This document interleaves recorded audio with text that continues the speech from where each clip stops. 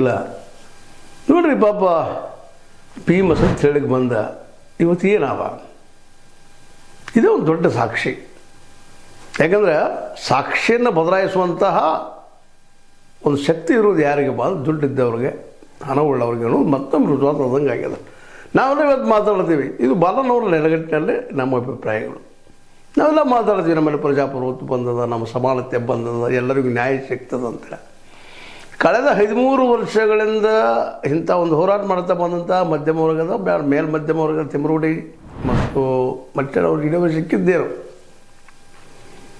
ಸಿಕ್ಕಿದ್ದೇನು ಈ ದುಡ್ಡು ಬಂತವ್ರಿಗೆ, ಲಾಭ ಆಯ್ತಾ, ಯಾರು ಕೊಟ್ರ, ಇಲ್ಲಿವರೆಗೂ ಪ್ರೂವ್ ಆಗಿಲ್ಲ.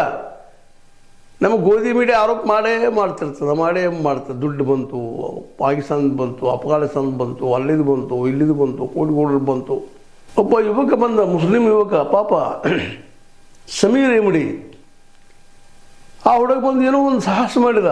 ಇದ್ದದ್ದು ನೆಲೆಗಟ್ಟಿನಲ್ಲೇ ಮುಚ್ಚೋದ ಘಟನೆಗಳ ಬಗ್ಗೆ ಪಾಪ ಆ ಹುಡುಕಾಡಿ ಏನೋ ಒಂದು ಅದ್ಭುತವಾದ ಉಪಯೋಗ ಮಾಡಿಕೊಂಡು ಜನರಿಗೆ ಮುಟ್ಟಿಸೋಂಥ ಕೆಲಸ ಮಾಡಿದ.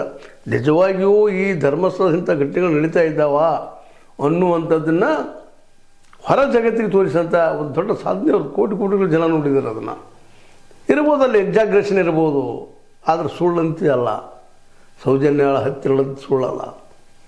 ಅದನ್ನೆಲ್ಲ ಹೇಳ್ತಾ ಇರೋವಂಥದ್ದು ನಮ್ಮ ಕೆಲಸ ಮಾಡಿದರು ತಿಮ್ಮರೂಡಿ ಅವರು. ಮೇಲ್ಮಧ್ಯಮ ವರ್ಗದವರು ಸ್ವಲ್ಪ ಅನುಕೂಲ ಇದ್ದಂಥವ್ರು, ಮಟ್ಟ ಅನ್ನೋರು, ಅವರು ಒಂದಿಷ್ಟು ಅನುಕೂಲ ಇದ್ದಂಥವ್ರು.